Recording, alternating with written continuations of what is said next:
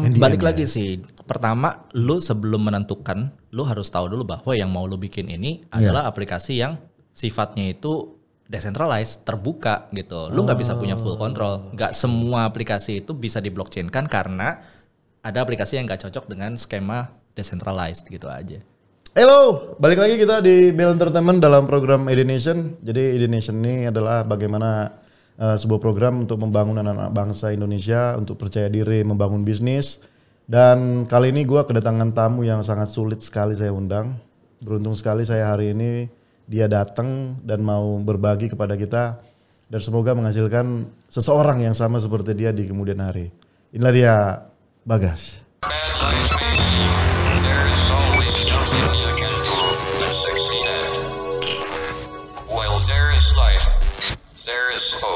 Panggil gue Gilang aja. Gila. Oke bro, gimana kabarnya bro? Kabar baik bro. Kabar baik ya. Ini waktu lu mepet banget, susah banget lu dihubungin ya. Wah, kemarin sih gue udah bilang sih bulan Agustus gue bisa lah gitu. Cuman abis itu gue nungguin kabar gak dapet kabar. Oh gitu. Sorry. Karena ke Singapura kan? Gue gak ikutan yang Token 24. Iya. Oke. Coinvest doang gue kemarin ikut. Coinvest ya, oke. Iya sih gak gue jumpa juga loh di Singapura. Gak ada, gue gak kesana. Oke bro, jadi gimana nih? Kesibukannya sekarang apa aja nih sekarang? Gue masih sama, gue ada di Blockchain Indonesia. Tapi sekarang gue day to day gue itu lagi bantu di crypto exchange sekarang bro. Oh, crypto exchange. Iya. Oke. Keep dulu. Siap. Oke. Terus apa lagi? Itu sih palingan. Oh, kan di gua, dua itu. Iya, dua itu aja. Cuman kalau gue memang fokus gue sekarang titik beratnya itu lebih ke yang crypto exchange ini. Oh, crypto exchange. Oke, ini teman-teman kalau belum tahu ya, Mas Gilang ini dia selalu menjadi juri. Ini lo selalu jadi juri ya, ya. Dulu juga pernah kan ada yang hackathonnya BCA ya, 2018 kayaknya ya. Ya. Juga juri gitu ya. Iya betul. Kemudian terakhir ada Web3 itu Web3. 2023 lu juga juri nih. Block Deva. Oke. Ya. Emang sebenarnya lu siapa sih bro di dunia Web3? Lu bisa ceritain gak sih? Istilahnya gimana sih lu taunya ini dunia kripto, dunia blockchain sampai lu terkenal banget as developer gitu loh bro, Indonesia. Gimana sih? Oke. Mungkin gue ceritanya itu lebih ke gimana gue bisa terjun ke Web3 kali ya. Bisa. Ya. Jadi emang gue tuh dari awal pada tahun 2016 lah. 2016. Itu tuh gue pernah involved di satu buah startup. Oke. Startup gue itu posisi gue waktu itu CTO kan. Oh CTO, teknologi ya. Ya, startup gue waktu itu di bidang voucher dan juga membership gitu. Voucher, membership, and loyalty program. Loyalty program ini tahun 2016 dulu itu gue diminta untuk bikin satu buah roadmap pengembangan produk gitu yang udah mulai mengarah ke Web3 karena kan waktu itu kita udah mulai ada tanda kutip mikir-mikir nih ini kayaknya 2016 ya? 2016 dulu Ethereum tahun 2017 2015. Ethereum kalau orang-orang mulai pada kenal itu ya 2016 itu. 2016. Cuma gimana ya? Gue waktu pas lagi awal-awal bikin itu, sebelumnya gue udah pernah ada pengalaman dan udah ada knowledge juga soal blockchain. Oh di blockchainnya, bukan di kripto. Tapi pengalaman gue itu lebih ke dulu itu gue pernah nyoba mining. Terus kemudian pernah nyoba mining, terus kemudian mining yang mana? Yang asik? Ya. Oh yang asik. Oke. 2013 bro. Oh 2013. Iya. Pakai S berapa loh? Udah lupa gue. Oke, terus? And then pas lagi gue udah waktu itu kan dari CEO gue ya waktu itu minta untuk gue mau kita coba mulai sentuh nih yang namanya Web3 nih. And then waktu itu gue bikin lah roadmapnya pengembangannya, bikin kira-kira nih gue bisa make ini buat jadi apa nih di produk. Tapi tahun 2016 token atau koin yang lu pakai apa bro? Ethereum. Oh Ethereum udah mulai? Ethereum. Udah start itu ya? Udah. Dibilang udah start sebetulnya gue ya akhir 2016 lah ya. Gak dari awal 2016-nya ya gitu. Jadi waktu itu pun gue udah mulai cari-cari komunitas di Indonesia gitu ya. Di Indonesia nih siapa nih yang kira-kira udah ada kira-kira senasib lah sama gue gitu. Untuk bisa mulai kayak gini nih gue bisa nanya ke mana nih, gak ada orang yang bisa gue tanya kan waktu itu.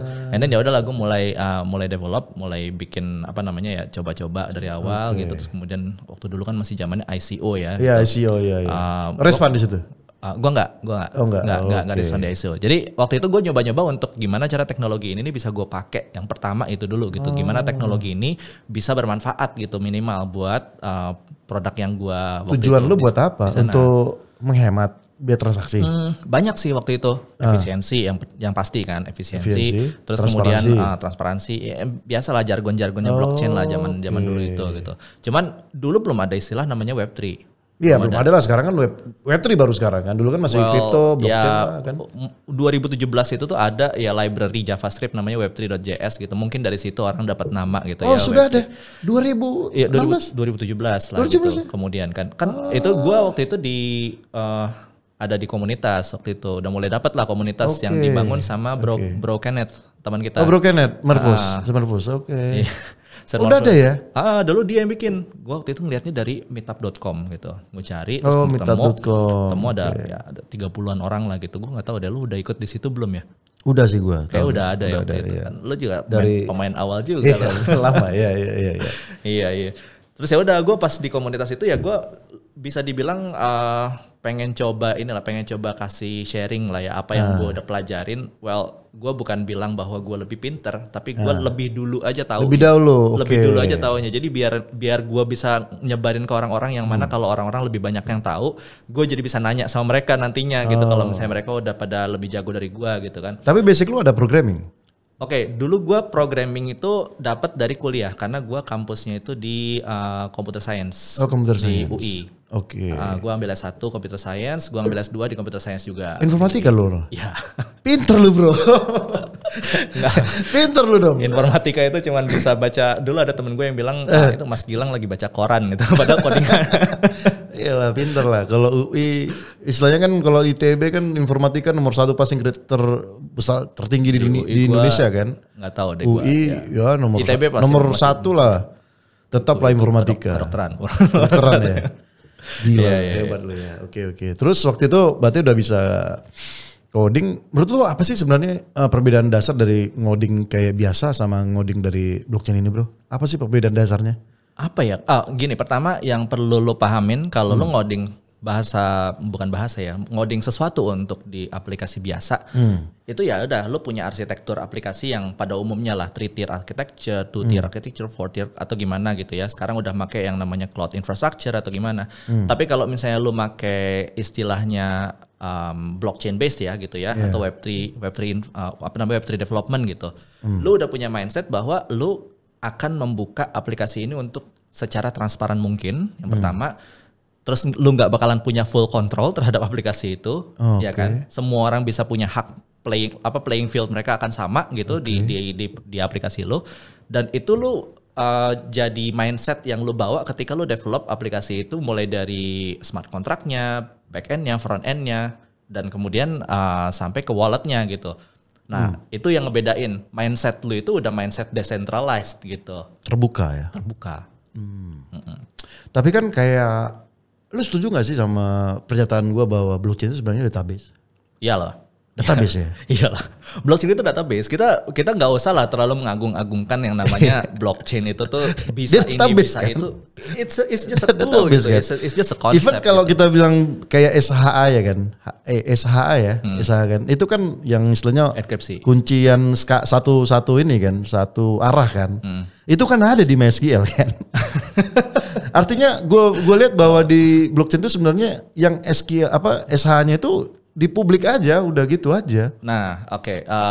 Well, akan terlalu teknikal kalau gue mulai bahas ke sana ya. Oke, jangan bro, gue nyerah. Yang intinya aja. Sedikit aja gue jelasinnya gitu ya. Intinya ketika lo bicara kunci ya, ketika lo bicara kunci, ketika mau kunci itu mau dibuka, kemudian kunci itu kan berarti ada yang namanya public key infrastructure. Ya, kan? public key. Public key lah, private key gitu. Lo mesti megang private key, lo nggak boleh share kemana-mana. Public key boleh lo share kemana-mana. Biasanya kalau misalnya dulu di dalam jaringan database, yang database itu dienkripsi, ya database itu sifatnya adalah lo untuk mengakses data di dalam database itu. Kalau di blockchain, lo bisa tukar-tukaran public key buat nantinya lo bisa saling tanda kutip memverifikasi transaksi lo tuh bener atau enggak. Dah gitu doang. Gitu doang. Terlalu teknis atau enggak? Enggak. Cukup lah ya. Yang lain mungkin teknis banget ya. Oh gitu ya. Nah jadi ada satu hal yang menarik bro kalau gue bilang. Blockchain itu sendiri kan dia kan kayak ini ya, kayak ada truk masukin data terus dia pindah. Masukin data truk gitu ya, terus data yang sebelumnya itu di hash sama dia jadi satu kode gitu dimasukin ke truk yang selanjutnya gitu. Ini kalau lu lihat dari konsepnya ini sendiri, ini konsep baru atau konsep yang sudah lama yang belum terjadi sih? Atau konsep kriptografi baru atau gimana sih bro? Oke. Gua suka menganalogikan kalau blockchain itu tuh dia itu tuh bukan konsep baru tapi gabungan dari 4 konsep. 4 konsep gabungan lama. 4 konsep. Ya, apa aja? Konsep pertama itu database, ya. Database. Oke.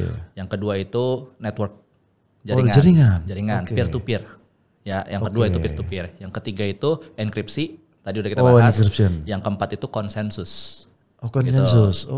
Melibatkan banyak orang. Ya, jadi gua melihatnya gini, kalau misalnya lu tadi menganalogikan ya, truk diisi barang kalau udah penuh jalan, ya kan digantiin truk berikutnya. Gue lebih suka menganalogikannya adalah lu buku catatan arisan. Oh, catatan arisan. Oke, terus lu buku catatan arisan, lu namanya buku kan ada halaman kan? Ada halaman. Dia catat dari atas sampai bawah. Iya, selesai. Kalau udah selesai ditanda tangan. Oh, ditanda tangan. Tanda tangan itulah yang dimaksud dengan konsensus sama enkripsi. Akhirnya kalau udah penuh dibalik. Nah, itu blok kedua tuh. Cuman kan kalau di buku kan data yang ini nggak masuk ke data yang selanjutnya. Datanya itu tuh masuknya itu adalah dari nomor halaman. Oh, dari nomor halaman. Nomor halaman 1. Nanti di bawah tanda tangan nih. Iya. Habis itu ke berikutnya. Yang kayak gitu-gitulah intinya. Gua suka mensimplifikasi lah ya. Supaya lebih gampang sih ingatnya ya. Biar lebih gampang diingatnya gitu. Nah, terus. Nah, kalau database yang ada sekarang seperti apa, bro? Database yang ada sekarang? Istilahnya bukan blockchain gitu. Kalau database ada 2 sekarang nih biasanya ya. Gua nggak tahu deh sekarang udah mulai berkembang lagi atau enggak. Tapi yang gue pelajarin itu ada yang namanya SQL sama NoSQL kan. Iya. Kalau SQL itu lu relasional. Semua data itu ada hubungan ke tabel-tabel lain. Sequence relasional ya. Relasi lah ya. Gua punya barang, gua ada tabelnya sendiri, barang gua ada tabelnya sendiri gitu. Nanti ada namanya, ada tanggal, berhubungan semua gitu lah ya. Rasional itu namanya ya. Itu relasional database. Kalau yang satu lagi NoSQL. NoSQL itu lu punya satu kertas isinya adalah formulir, nama, alamat, tempat, tanggal lahir, kepemilikan dan lain-lain. Jadi satu dokumen lu taruh. Nah, itu udah jadi database-nya. Berarti orang ngisi itu yang jadi data mining kan? Lo kalau misalnya dapat satu, kan? Iya makanya kalau misalnya dapat satu data ini, lo udah bisa langsung dapat semua data yang ada di dalam dokumennya itulah gitu. Intinya gitulah. Gue kayak terlalu teknis kalau ngejelasin yang gitu data mining lah, itu kan arah-arah ke data mining ke AI. Bisa NoSQL. Pada akhirnya nantinya akan bisa dijadiin data mining. Iya. Nah, karena kan gue baca juga kayak sebenarnya di apps atau decentralized apps yang ada sekarang itu sebenarnya connect juga kan ke kayak MongoDB, which is MongoDB kan masih relational database kan bro? Betul. Iya kan? MongoDB itu dia udah NoSQL. Udah NoSQL. Gitu, non relational ya mungkin ya. Kalau lo nyebutnya relational berarti non relational gitu. Iya. Paling gini, kenapa biasanya ada dApps ya yang masih connect ke database centralized? Iya. Yaitu adalah tujuannya untuk menyimpan hal-hal yang biasanya itu tuh nggak berkaitan dengan smart contract. Iya betul. Let's say misalnya lo bikin aplikasi DeFi. Iya. Aplikasi DeFi lo itu ya berarti kan transaksinya yang dicatat. Tapi kalau misalkan lu login itu nggak dicatat, ya nggak sih? Tapi kan gitu. Sebenarnya bisa kan? Sebenarnya bisa kan? Istilahnya one identity itu kan sekarang udah lagi hype juga itu di blockchain kan? Iya, ada Soulbound, ada yang lain-lain gitu kan. Oke, berarti in the end sebenarnya everything can be blockchain. Balik lagi sih. Pertama, lu sebelum menentukan, lu harus tahu dulu bahwa yang mau lu bikin ini adalah aplikasi yang sifatnya itu decentralized, terbuka gitu. Lu nggak bisa punya full control. Nggak semua aplikasi itu bisa di blockchain-kan karena ada aplikasi yang nggak cocok dengan skema decentralized gitu aja. Oke, tapi gini bro, ada satu hal yang gue lihat ya, kelemahan dari smart contract. Ini kita lompat ke smart contract. Ya. Itu kan kayak lu nggak bisa ngeliat ke masa depan bro. Nggak bisa. Misalkan gini, lu buat sesuatu roadmap gitu ya, oke, nanti bisa begini. In the end, ternyata 1 tahun ke depan, buset, ada perubahan yang kita nggak pikirkan saat 1 tahun yang sebelumnya. Artinya smart contract ini harus dirubah nih. Oke. Lu berarti ngomongin soal gimana smart contract lu bisa diupdate bisa diupdate gitu bro, gimana bro? Udah banyak sekarang lah bro. Bisa begitu? Udah ada, konsep-konsep upgradable smart contract tuh udah banyak bro. Bahkan di Ethereum sendiri pun ada best practice-nya lah, coding pattern-nya adalah gitu. Untuk lo punya smart contract yang lama, kalau misalnya dia udah obsolete atau gimana udah mau diganti gitu, ya lo tinggal referensi address-nya aja lo ganti ke smart contract yang baru. Bisa kayak begitu sekarang. Oh bisa ya, karena kan kita tahu ya you create smart contract ya itu selamanya. Cannot be changed kan. Iya betul. Kan? Itulah kenapa lu lihat dah Uniswap bisa upgrade versi 2, versi 3, tapi smart contract yang lama masih bisa dipakai. Oh. Iya kan? Oh iya ya. Iya. Iya. Iya kan? Oh seperti itu ya. Itu rahasia lu doang gitu ya? Enggak lah, itu udah umum kok bro. Berarti gua doang yang nggak tahu nih. Mungkin terlalu teknikal aja. Kalau misalnya lu baca juga kan pasti ketemu lah. Oke bro, gua salut sama lu nih. Berarti Gue satu pertanyaan agak nyeleneh sedikit dulu. Ini menurut lu kira-kira bisa nggak sih blockchain ini akan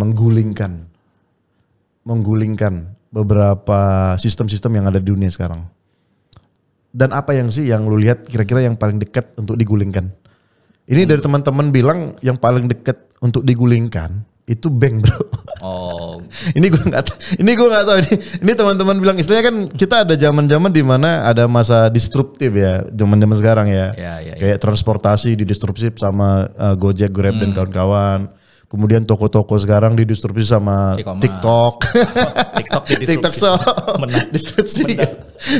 Walaupun akhirnya dihajar juga kan, ya kan. Nah jadi ini teman-teman bilang, wah ini blockchain lebih ke arah ini menghancurin bank ini gitunya. Ini gimana pandangan lu gimana sih bro? Sedikit banyak gue setuju tapi bank ini kan luas aspeknya kan. Yang mana dulu yang digulingkan nih? Mungkin lebih ke arah transaction ya bro? Kalau gue mengarahnya itu lebih ke Swift bro. Oh ke Swift-nya, oke. International Transfer Money ya. Iya. Tapi kan memang itu sebenarnya disengaja untuk lambat. Supaya dapat duit. Nggak tahu lah kalau itu. Tapi kan ya kita kan orang teknologi ya secara teknologi sebenarnya ya jalan aja. Buktinya kalau misalkan OVO misalkan emang nggak bisa lu pakai di Amerika, bisa aja kan? Bisa aja. Misalkan ada QR code di situ lu di Amerika bisa aja. Nggak ada masalah di sana. Ini Kris-nya Indonesia udah bisa dipakai di Thailand. Ya bisa kan? Gak ada masalah kan? Dan itu second loh bro. Gak ada masalah. Iya. Jadi sebenarnya memang dibuat untuk lambat bro. Mungkin mereka niru Indonesia bro, makin lambat makin mahal bro. Makin cuan. Oke. Jadi balik lagi nih, gue tanya ke lo nih sebagai ya praktisi yang sangat gue hormati lah bro di dunia blockchain nih bro. Ini benar nggak sih bakalan menghancurin bank dari sisi Swift mungkin? Benar nggak sih? Itu tadi yang gue bilang, Swift itu yang pertama kena dampaknya. Karena sekarang pun mereka udah kena dampaknya. Bayangin aja kalau dulu orang misalnya nih mau ada transaksi pakai apapun yang sekarang available ya, mau PayPal, mau money transfer, MoneyGram, Wise atau apapun itu ya. Dan transfer antar bank even ya, yang paling bututnya sekarang ini. Dulu gue pernah transfer antar bank ya. Transfer antar bank internasional tapi misalnya lo datang ke bank swasta gitu ya. Lo mau transfer ke bank yang ada di Malaysia misalnya gitu. Iya. Dan lo sampai di bank, kemudian lo mesti nunggu dulu, rate-nya itu dikunci di saat itu juga. Dan rate yang dikunci itu tuh udah ada plus 80.000 rupiah. Iya, untuk fee-nya ya. Kemudian ngelihat exchange rate-nya itu pun spread-nya itu gue ngelihat ada sekitar 200 rupiah. 200 rupiah spread-nya ya, sell and buy-nya ya. Oke. Lumayan 200 rupiah. Waktu itu gue ngirim 2 juta. 2 juta rupiah doang. Oke. 2 juta lu tinggal diterima? 1,8. Bro. 1,6. 1,6. Total 1,6. Gila. Oke. Kan itu pun juga udah tergerus sama teknologi-teknologi yang baru lagi kan. Bukan yang baru lah, yang lain-lain ada gitu. Dan sekarang ya lo lihat lah teknologi blockchain ini lo ngirim $100 dalam USDT misalnya gitu ya. Ya lo tinggal bayar transaction fee-nya aja gitu. Yang transaction fee itu lo paling dari $1 lah pakai TRC. Gak $1 lah bro. Oh 0,8 mungkin pakai BIP. Iya TRC $1. Iya TRC $1. Kalau BIP 0,8 ya 0,2 lah dikit. Paling murah lah. Agak lupa gue. Vexanium katanya gratis bro. Oke. Sponsor dari Dani. Sponsor dari Dani. Iya oke. Artinya itu di depan mata sih ya. Udah di depan mata. Karena gue sendiri juga udah melakukan itu udah lama sih. Misalkan kayak gue dapat project dari luar, ya instan bro. Exactly. Instan. Kita pun juga, gue ya di company ya begitu. Kalau misalnya ada yang dari luar gitu, mereka bisa bisa payment kalau misalnya susah gitu ya, dikirimin ke lokal gitu. Ya kita bisa terima gitu via via USDT gitu. Terus kemudian nanti ya nggak masuk ke entitas Indonesia gitu, larinya ke entitas kita yang ada di luar. Baru nanti kita bakalan urus lah belakangan lah ke via transfer biasa ke lokal company kita gitu. Rapi banget kondisi. Gue harus rapi loh bro kalau company lokal kita ada pajak bro, kan tetap kena kalau misalnya kita main-main pakai terima kripto dan lain-lain gitu mah nggak boleh. Tapi kalau lu kirim ke checks kayaknya udah langsung auto ini kan katanya, auto perhitungan mereka yang laporin katanya. Gue cari aman lah bro. Gue cari aman lah. Gila ribet itu loh bro ngurusnya. Ya untungnya gue sih sebetulnya kan. Karena lu sekali mungkin transaksi langsung gede ya mungkin ya. Ya gue pooling dulu lah gitu. Maksudnya gue nggak setiap kali gue dapat bayaran kecil-kecil gitu tuh kan nggak mungkin juga kan segitu. Terus kemudian gue langsung keluarin segitu juga gitu, nggak gitu juga. Iya. Oh tapi akuntansi lu udah sampai ke sana? Orang akuntan dulu ngitungnya? Mau nggak mau. Gila ya. Untung gue nggak tahu nih. Gue belum. Cuman ya itu udah ngerasa banget sih kita dari Amerika, dari Inggris, dari Singapura itu transaction langsung. Send. Betul. Ini HSK-nya udah sukses. In second. In seconds. Ya kalau misalnya dari exchange ke exchange gitu ya paling ada confirmation-nya aja lah gitu kan. Tinggal nunggu gitu. Iya. Tapi tahu nggak lu sekarang udah banyak sih kayak dihalang-halangin bro. Dihalangin karena? Ya transaksi dalam bentuk kripto ini. Contohnya apa nih? Ya kayak kemarin tanggal 1 September tuh, itu ada namanya travel rules. Jadi travel rules itu kayak orang-orang dari Inggris itu kalau mau transfer duit ke every country in the world yang di atas 1.000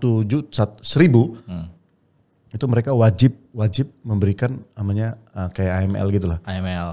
Mereka minta data rumahnya di mana, minta bukti transaksinya, siapa, perusahaannya apa, gila sih bro. $1.000. Iya. Gue paham soal travel rule itu. Kalau misalnya lu ngomongin travel rule itu biasanya, kalau di Indonesia nih ada nih peraturan travel rule juga. Sebetulnya ada. Udah berlaku di exchange. Kan kebetulan kan gue juga involved di crypto exchange kan. Iya di exchange. Di peraturan Bapepti itu pun juga ada travel rule. Kalau misalnya lu ada uang masuk yang uang keluar yang nilainya itu di atas $1.000, ya. Lu harus mengisi satu buah formulir. Gitu. Formulir AML. Dan lucunya ya. Lo sekarang dapat 1.000, nanti 1 jam lagi dapat 1.000. Itu buat ML yang baru bro. Iya. Iya. Gue pikir sekali ML udah ya. Istilahnya untuk sebulan misalnya. Iya, itu hitungannya per transaksi bro. Per transaksi. Travel rule itu per karena transaksi. Karena kan dia minta 3 bulan finansial kita. Gila gue pikir 1.000 doang, gimana yang 1 miliar gitu. Iya, makanya orang-orang sekarang kalau misalnya orang mau ada peredaran uang yang larinya itu tuh lewat exchange ya. Iya. Biasanya tuh kecil-kecil tuh udah males orang. Udah harus lebih gede lah gitu. Gede, ya. Oke bro, ini menarik sih. Gitu. Oke, tapi gue baru tahu nih lu sekarang di exchange ya. Ya. Nah sebelum ke exchange gue mau tanya dulu nih. Ini kan sekarang lu bangun Blockverse sudah lama juga ya. Blocksphere, Blockverse. 2017. Hampir 2017 ya. Oke. Mau jalan 6 tahun. Udah 6 tahun ya. Dan lu udah ini juga ya. Ya mungkin tahun ketiga atau tahun keempat akuisisi ya. Kita ada skema akuisisi waktu itu sama investor kita ada yang dari Jawa Tengah. Wih, mantap dong. Berarti langsung cair dong ya. Wah, bisa dibilang sih waktu itu nggak berjalan mulus sih. Oh, nggak berjalan mulus. Iya. Okay. Ini mau kita lanjut atau kita stop? Gue kasih hintnya aja itu adalah karena COVID bro. Oh yes COVID. Bertepatan banget. Waktu itu kalau nggak salah pas bulan 2019 Desember mulai lockdown. Enggak, kan waktu itu kita lockdown kan bulan Februari Februari Maret, lockdownnya. 2020. Oke. Tapi startnya 2019 ya, akhir Desember ya. Yang ininya skema investornya itu di akhir tahun. Ya, awal tahun lah 2020 lah, Januari 2020 lah gitu. Waktu itu kita udah dapet tuh, udah happy kan. Iya. Tiba-tiba lockdown, COVID. Akhirnya ada beberapa adjustment lah. Adjustment ya. Oke. Ini bisa nggak lu sih ceritain lu bangun Blockverse ini apa sih kenapa gitu. Terus apa sih yang lu mau harapin nih bro dari Blockspurs kemudian untuk market Indonesia? Bisa nggak lu jelasin dikit lah? Oke.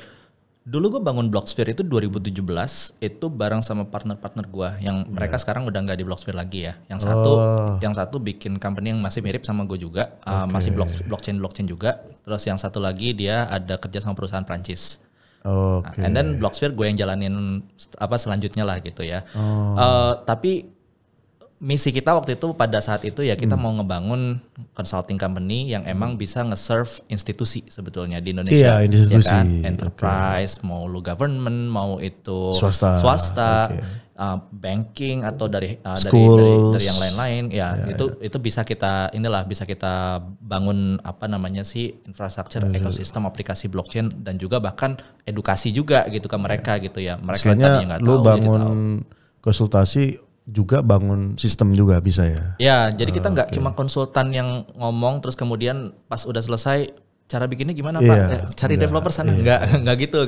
Kita juga bisa kayak kita udah bikinin plan-nya, kita udah punya roadmap, budgeting dan lain-lain gitu. Kita pun juga kalau misalnya mau di develop ya kita pun juga bisa bantu juga gitu sampai produknya jadi gitu.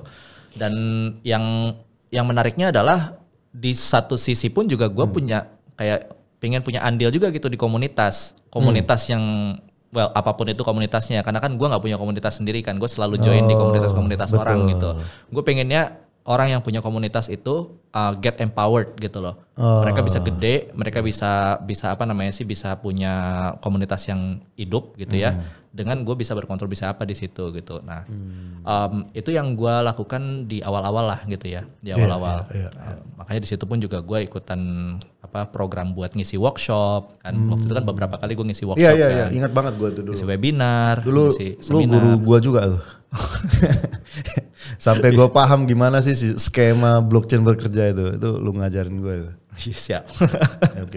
Jadi dulu gue cukup aktif juga ya bikin workshop gitu. Waktu itu bulanan, and then pas terakhir itu pas kapan ya, 2018an gitu ya. 2019 ada hackathon BCA, ada lagi workshop gitu, 4 kali lah gitu ya di 4 kota. Total programmer yang join ya, itu gue ada datanya tuh kan, tiap kali ada absensi kan, absensi dan lain-lain gitu. Wih, dapat nih 500-an orang nih orang. Gue dalam hati gue juga kayak ngerasa, gue juga punya andil gitu ya, minimal ke 500 orang gitu, jadi tahu lah minimal. Sampai sekarang mereka punya grup sendiri gak sih? Enggak gue maintain sih, itu salahnya gue sih. Enggak gue maintain sih. Salah banget lu sih itu bro. Yang jelas banyak yang kemudian mereka ya, gue ngelihat banyak talent yang emang sekarang jago banget gitu, jago banget. Ya gue nggak bisa bilang bahwa mereka adalah dulunya pernah ikutan workshop gue atau enggak ya, karena kan mereka pasti banyak tempat buat belajar ya. Apalagi gitu. Sekarang open source lah ya, open source dan terbuka juga, apa di internet, YouTube, whatever. Betul. Tapi yang gue rasa ya, at least gue pernah ada andil kontribusi lah buat komunitas kita gitu. OG lah ya. Old guy. Enggak, gue sukanya nyebutnya bear market veteran. Bear market veteran ya, oke. Iya sih bro, tapi ya itulah bro ya, kalau kita lihat sekarang ya banyak sih anak-anak muda yang udah berkembang ya. Oh udah jago-jago banget bro. Iya. Apalagi kalau gue lihat sih ya, kalian kan banyak yang mundur nih sekarang. Biasanya nggak terlalu terlihat lagi di publik kan. Banyak lah. Gue tuh masih kesana kemari bro. Masih aja ikut event-event. Iya loh, gue kalau ngelihat nama lo pasti ada di mana-mana. Yang di grup WhatsApp-nya punya teman-teman itu juga ada kan? Ada ya, selalu gue. Karena ya istilahnya gini loh, kalian itu guru gue ya kan. Ya udahlah, gue muridnya, ya udahlah guruin lagi nih anak-anak yang baru-baru kan. Ya itu harapan gue sih ya. Ya suatu saat juga gue akan seperti kalian lah, bisa hidden. Masa sih, sekarang aja udah yang paling menonjol nih. Enggak lah bro. Oke, jadi lu harap kalau ngelihat sekarang itu udah berkembang sih ya menurutnya? Udah jauh lebih baik dan jauh lebih berkembang lah. Gue bersyukur banget sih. Kita bandingin sama dulu ya. Iya. Betul. Tapi gue nggak mau kayak kita banyak meromantisasi masa lalu ya gitu. Gue ngerasa gue walaupun dulu gue pernah berkontribusi, sekarang ini memang gue mau coba tanda kutip ya inilah move on dari apa yang gue udah kontribusikan, yang udah gue banyak kasih lah ya ke komunitas dan lain-lain. Gue mau coba hal baru gitu ya, itu ya kenapa gue juga join ke Exchange gitu. Itu berat sih bro. Well, betul banget sih. Dari sisi teknologi dan juga dari sisi marketing ya kayak gitu. Ya, karena ya terakhir gue baca udah ada 32 ya yang 32.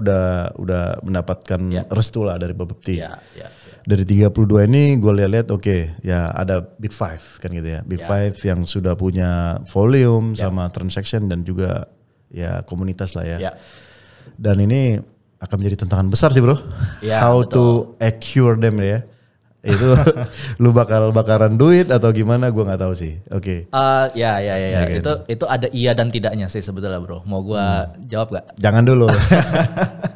Nah jadi menurut lu ini pandangan gue mintanya pandangan lu dari sisi luar exchange dulu nih bro. Ya. Karena kan lu konsultan lah ya. Nah dari pandangan lu ini sebenarnya ini kita ada 32. Ini sebenarnya akan menjadi lahan basah atau lahan berdarah-darah ini bro? Well, oke. Dengan banyaknya peraturan dan compliance ya, regulasi compliance ini banyak banget nih. Lo kalau misalnya tahu nih Bapepti itu minta laporan harian, laporan bulanan, laporan tahunan, laporan keuangan dan transaksi nasabah. CFX Bursa minta laporan harian 10 laporan per hari. KBI minta juga nantinya. KBI? Clearing berjangka? Clearing. Terus kemudian nantinya si depository. Oh, Tenet ya. Kayaknya Tenet ya sekarang Tenet, udah fix ya. Iya, Tenet. Itu kita belum tahu. Tapi kalau misalnya mereka mau minta juga ya mau nggak mau. Tapi yang jelas compliance regulatory itu udah menjadi kayak tantangan lah ya buat semua exchange yang ada sekarang ini.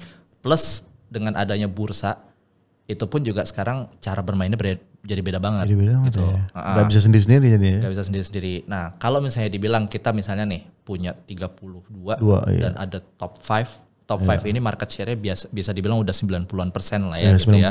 market share-nya. 90% diambil sama top 5. Betul, top 5. Betul. 27 yang lain mau ngapain? Iya. Makanya bilang mau ngapain? Ya pertanyaan lu mungkin itu gitu. Cuman lu kalau ngelihat sekarang dengan adanya exchange yang semakin banyak ini, tantangannya semakin banyak. Tapi kenapa orang malah tiap tahun tuh bisa nambah terus exchange-nya gitu? Pasti ada sesuatu. Nah itu yang gue bertanya bro. Ada sesuatu dong yang kan? mereka pikirkan. Mereka bukan orang-orang bodoh kan? Gue nggak bisa bicara atas nama mereka nih.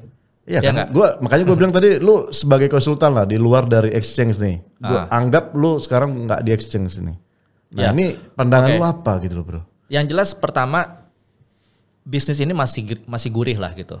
Bisnis exchange masih gurih. Masih early stage. Masih early stage. Bukan di stagnan. Lu punya 32, lu punya 32 exchange, lu bisa bandingkan dengan bisnis-bisnis lain yang udah mature yang playernya itu udah ratusan. Ya kan? 32 itu masih little number.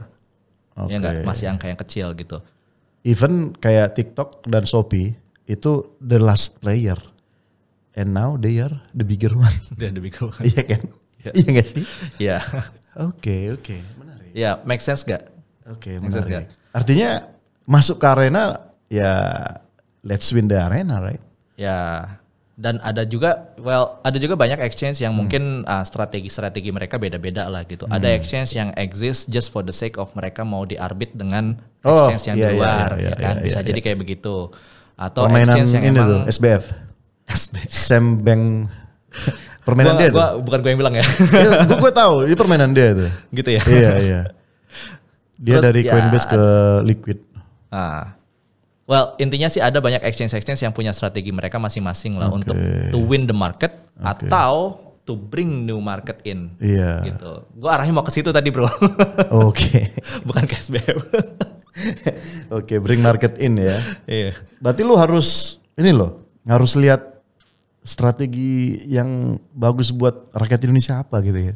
Ya itu sambil jalan pasti bakalan jadi experience yang berarti lah, sangat berharga lah buat gua nanti. Iya.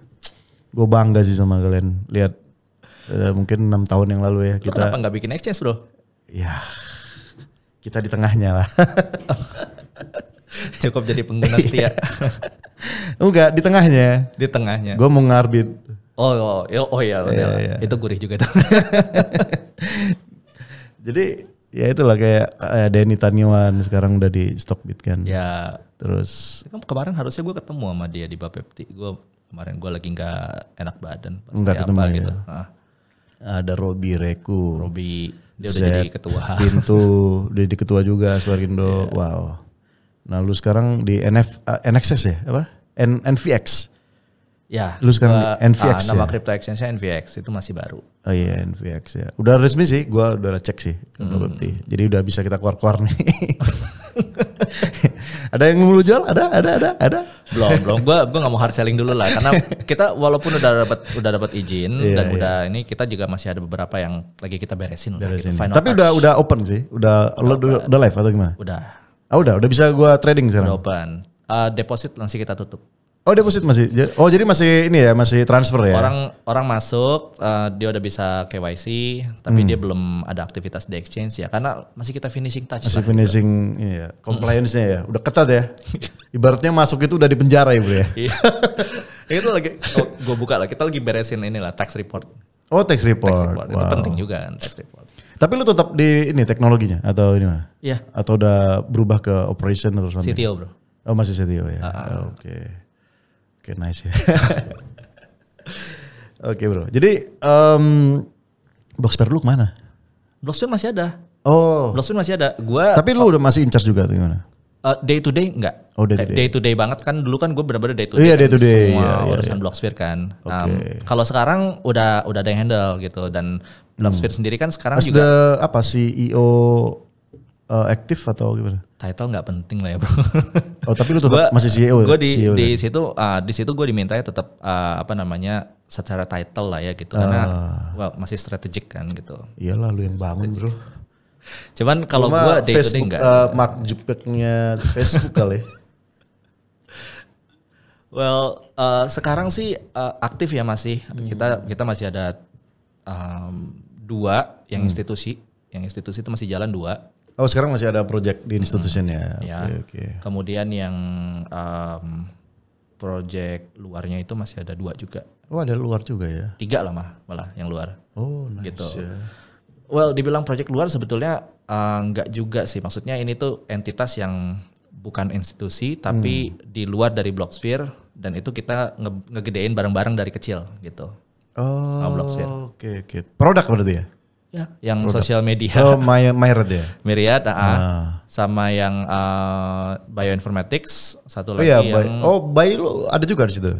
Bioinformatics ada. Itu gue mungkin ceritanya beda ya, kalau misalnya bukan berarti kita itu tuh kayak yang punya. Tapi kita juga turut ngegedein dari kecilnya gitu. Iya, gue ikutin ya. Sih. Karena kan yang punya produk-produk itu sebetulnya kan ada. Kalau Myriad CEO-nya Mas Dani. Ya kan. Kalau di Bio CEO-nya Mbak Pandu.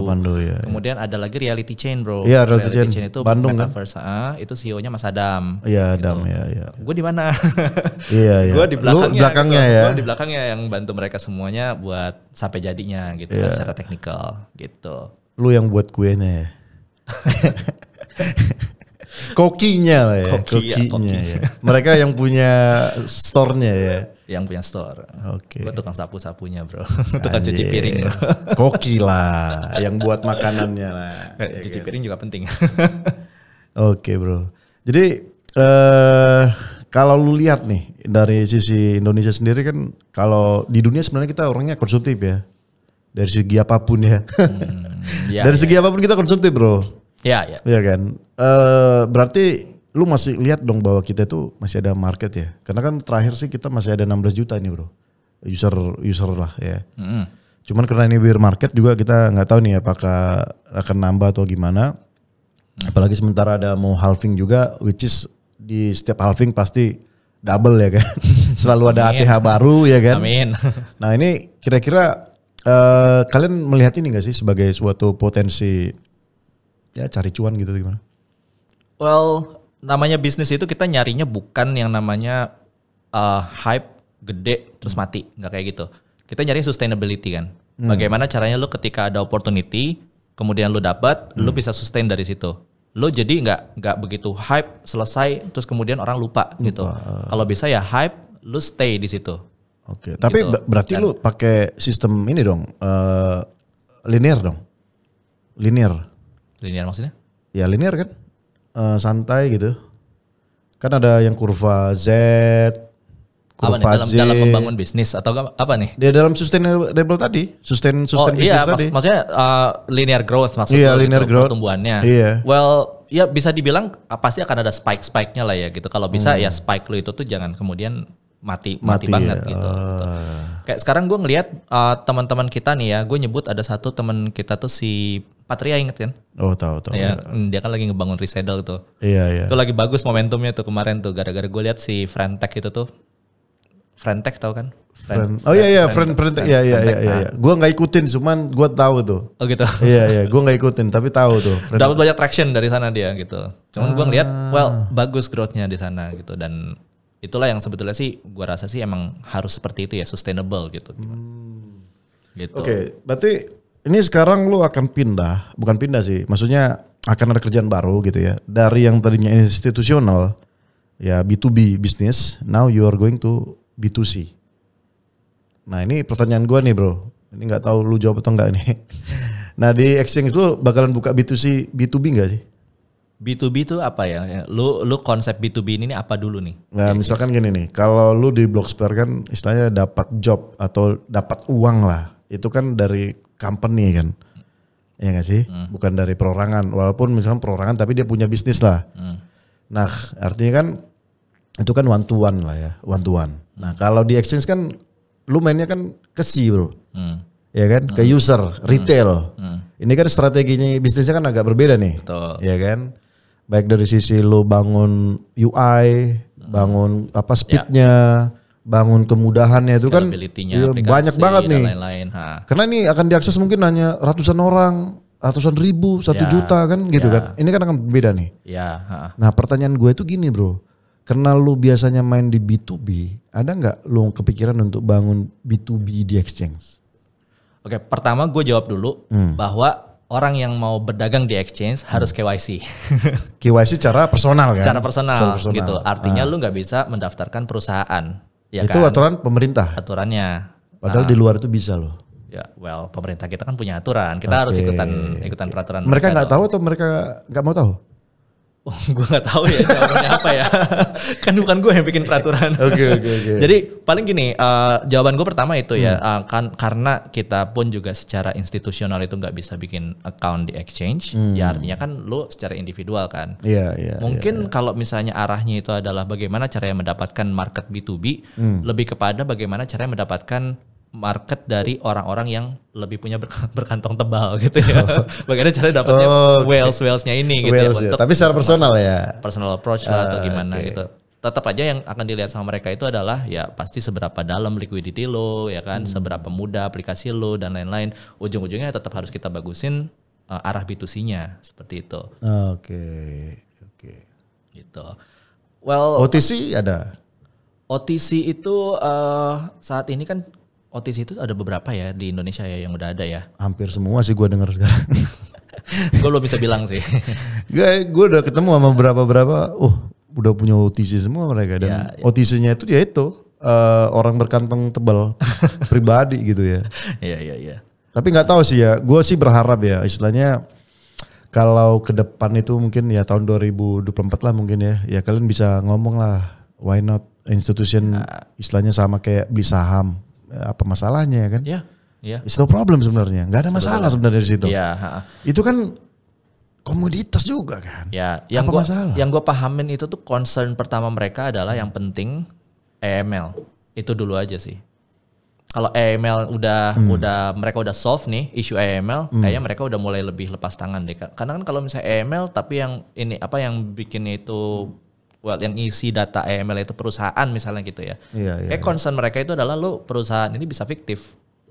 Gitu. Betul. Kalau AML langsung ke personal orang, lu KTP lu udah terdaftar ke Dukcapil. Udah di lock ya? Iya, udah di lock.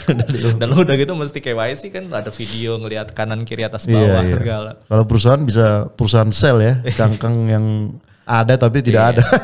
Iya, apalagi kalau misalnya lu shell-nya di luar atau gimana kan lebih ribet lagi PMA atau enggak gitu. Tapi Amerika melakukan itu sih ya. Ya karena mereka udah bisa mungkin udah lebih educated lah ya gitu ya. Dan udah punya data semua kali ya. Dan lebih berani karena mungkin mereka punya tindakan preventifnya kalau terjadi kenapa-napa gitu. Mungkin kita perlu persiapkan dulu gitu ya tindakan preventifnya itu. Ya kita menteri lari ke Spanyol malah ini ya dijadikan tersangka juga ya, agak lucu sih. Oke. Ini nggak tahu nih.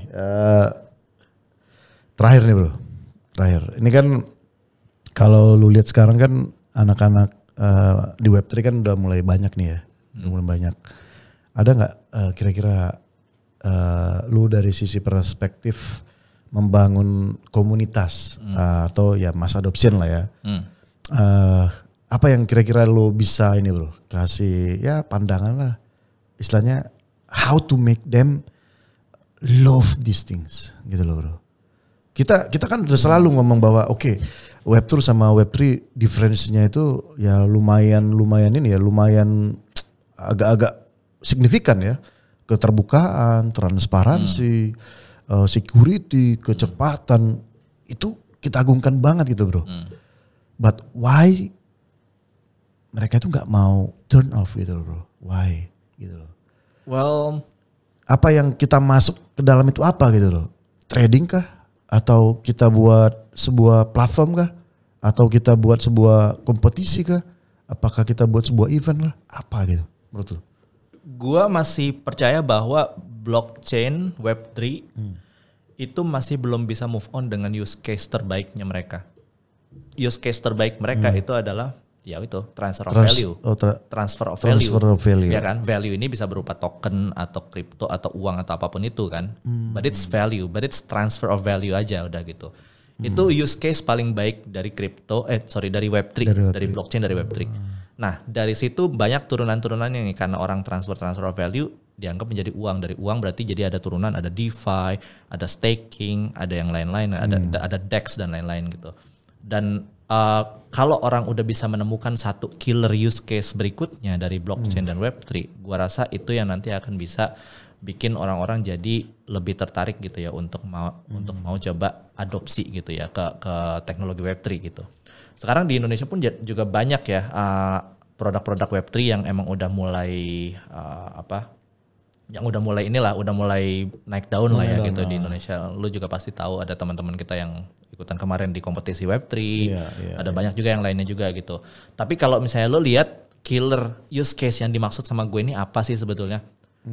Gue paling percaya Web3 itu tuh belum bisa men-solve masalah identity. Gitu. Well, mungkin sekarang udah mulai banyak solusi-solusi ada itu yang WorldCoin itu. Apa? WorldCoin. Iya, yang pakai orbs namanya.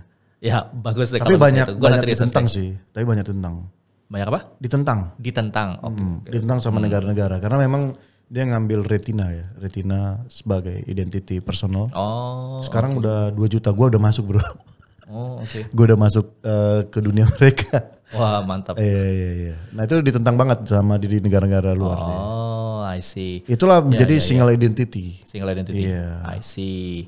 Paling kan gitu sih bro. Kalau gue ngelihatnya gimana caranya lu bisa identity yang ditaruh bukan ditaruh di blockchain, tapi empowered by blockchain, itu bisa dipakai buat sistem-sistem yang lain-lain ya. Everything. Jadi SSO ya, single sign. Well, jatuhnya lu gimana caranya?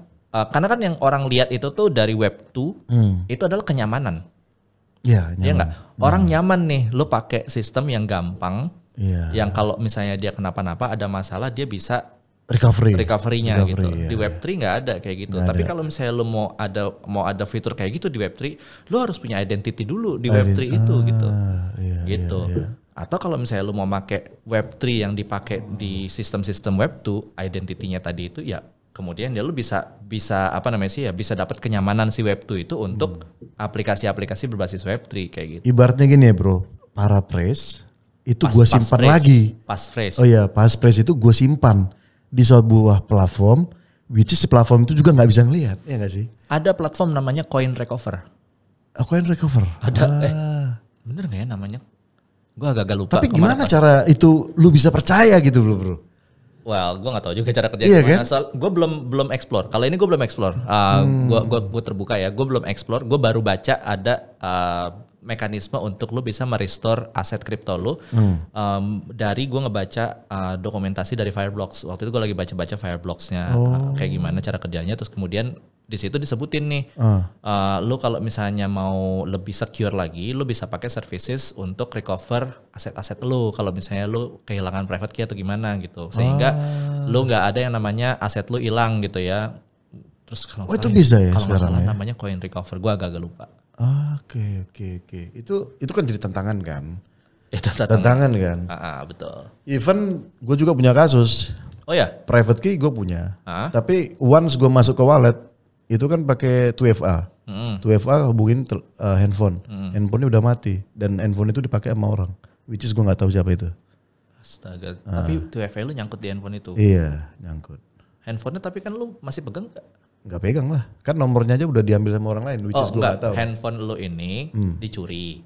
Atau gimana? Enggak, nomornya lah bro. Kan handphonenya kan gak ngaruh. Nomornya di recycle. Iya di recycle. Iya. Kalau nomor di recycle sih capek sih itu sih. Lu mesti ngomong ke provider ini. Iya. Handphone lu. Nah itu problemnya di situ. Ini istilahnya passphrase gue pegang tapi untuk akses ke itunya gue nggak punya itu. Benar. Ini passphrase di network apa bro? Ethereum. Di Ethereum ya, Ethereum. Iya. Oke, berarti itulah kendala-kendalanya ya. Makanya gue banyak dengar sih kayak permasalahan-permasalahan di authentication itu gimana cara buat seamless. Itu ada yang bilang kayak istilahnya kayak walletnya diganti sama username atau email. Itu kan udah banyak juga kan mendeploy ke situ. Nah itu gua nggak tahu apakah itu masuk ke dalam desentralisasi atau tidak gitu loh. Well ada konsep yang namanya trilemma security ya. Gua agak lupa namanya apa gitu. Yang pertama lu mau seaman apa? Atau lu mau se-user friendly apa, atau lu mau se-scalable apa. Kalau nggak salah itu deh. Oh kalau trilemma kan security, scalable. Iya benar. Security, user experience. Scalator sama speed. User experience itu di speed, kecepatan. Agak lupa gue. Iya. Tapi gue tahu.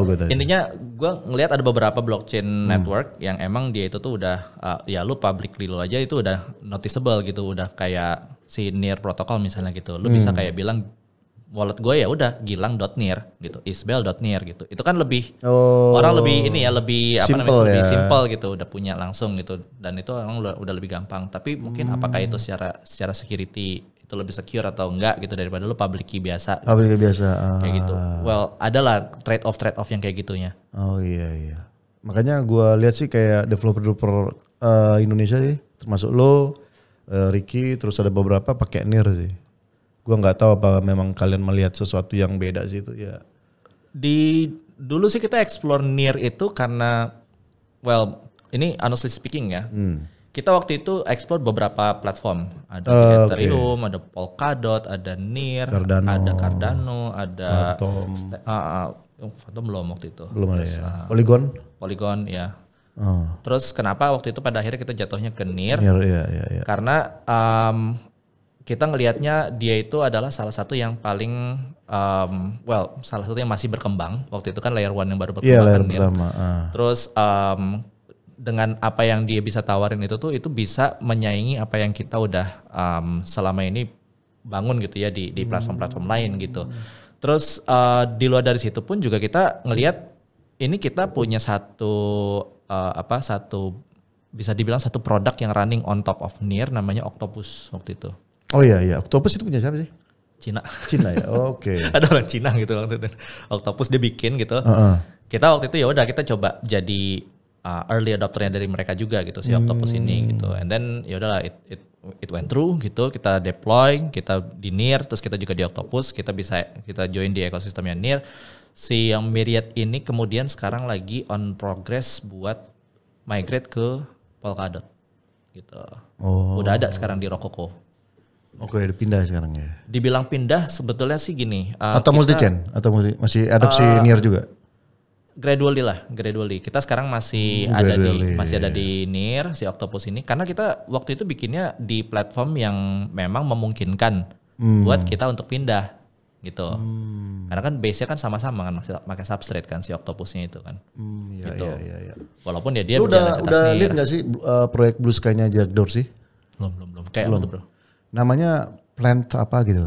Namanya ada bukan Blue Sky. plan apa gitu. Dan udah jadi sih gue lihat. Tentang? Dia mirip ya kayak Twitter sih, mirip Twitter. Tapi ada Web3 lah. Udah privacy, nice. udah privacy. Oke. Berarti lu Oktober nanti datang ke Bali? Oktober itu kan udah bulan ini ya. Iya bulan ini ya, Oktober, akhir. Gue belum ada rencana buat travel lagi sih bro. Gue lagi mau fokusin buat kelarin. Soalnya Jack Dorsey datang sih. Oh salam ya. Karena gue lihat kan Mayret lu kan udah lama juga tuh. Nah itu gue lihat sebenarnya potensi ya mengalahkan Facebook. Tapi gue nggak tahu nih sejauh mana kalian istilahnya mengembangkan mengembangkan idenya lah gitu supaya mass adoptionnya lebih gila lagi. Ya. Gitu sih. Ya kalau ada waktu. Well, gue pertimbangkan lah kayaknya sih kayak kalau ke Bali ya. Iya dia ada sih bro. Udah nanti gue kasih tahu. Ada websitenya gitu yang microblogging gitu ya, microblogging kan. Nah ada Web3 itu. I see. Nanti mungkin bisa lu lihat ya compare ke Myriad. Ya terus how mass adoption lah. Ya, siap. Kan? Oke bro, mungkin waktu kita udah hampir 1 jam lebih, nggak kerasa. Next time gue undang lagi nih. Siap. Kalau ada info terbaik, karena masih banyak sih yang mau gue omongin, terutama kayak tokenisasi perusahaan-perusahaan yang sudah existing atau tokenisasi startup baru. Karena kan tokenisasi ya bisa diidentifikasi dengan ICO ya, dengan initial coin offering. Ya. Nah itu gue sebenarnya pengen banyak ngomong tentang itu, tapi kita terbatas waktu. Boleh. Jadi, nanti mungkin di next time kita ngobrol lagi ya. Ya boleh. Oke bro, mungkin kata-kata terakhir buat pemirsa penonton. Apa dulu nih? Ya tentang bagaimana mereka untuk mengembangkan diri ke arah masa depan lah. Gue bilangnya gini ya, lu nggak perlu menjadi programmer dulu untuk lu bisa involve di Web3. Dan opportunity lu kalau lu udah involve ke Web3 itu bukan di skala lokal lagi, tapi lu udah skala global. Jadi kalau lu punya kemauan, lu belajar bahasa Inggris, lu jadiin personality lu bagus dalam berbisnis, lu bisa sukses di dunia Web3. Dan itu opportunity luas banget. Oke bro, thank you bro. Thank you ya, udah datang ke sini ya. Thank you ya. Oke. Terima kasih buat teman-teman yang udah nyimak apa yang kita obrolin dengan Mas Gilang. Semoga apa yang kita bicarakan bisa membuat kalian motivasi bertambah untuk mengenal bahwa dunia Web3 itu sangat luas dan tidak serta-merta bicara tentang trading. Jadi kalau teman-teman kalah trading atau rugi di trading, it's not part of Web3. Web3 itu adalah bagaimana mengembangkan suatu sistem yang sifatnya terdesentralisasi, transparan, terbuka, dan semuanya itu kita bisa bangun secara bersama-sama. Jadi kedepannya kita akan bahas beberapa materi lagi, mungkin tentang teknologi yang terbaru di dunia blockchain. Jadi jangan kemana-mana, saksikan terus di Indonesian Bell Entertainment. Dah.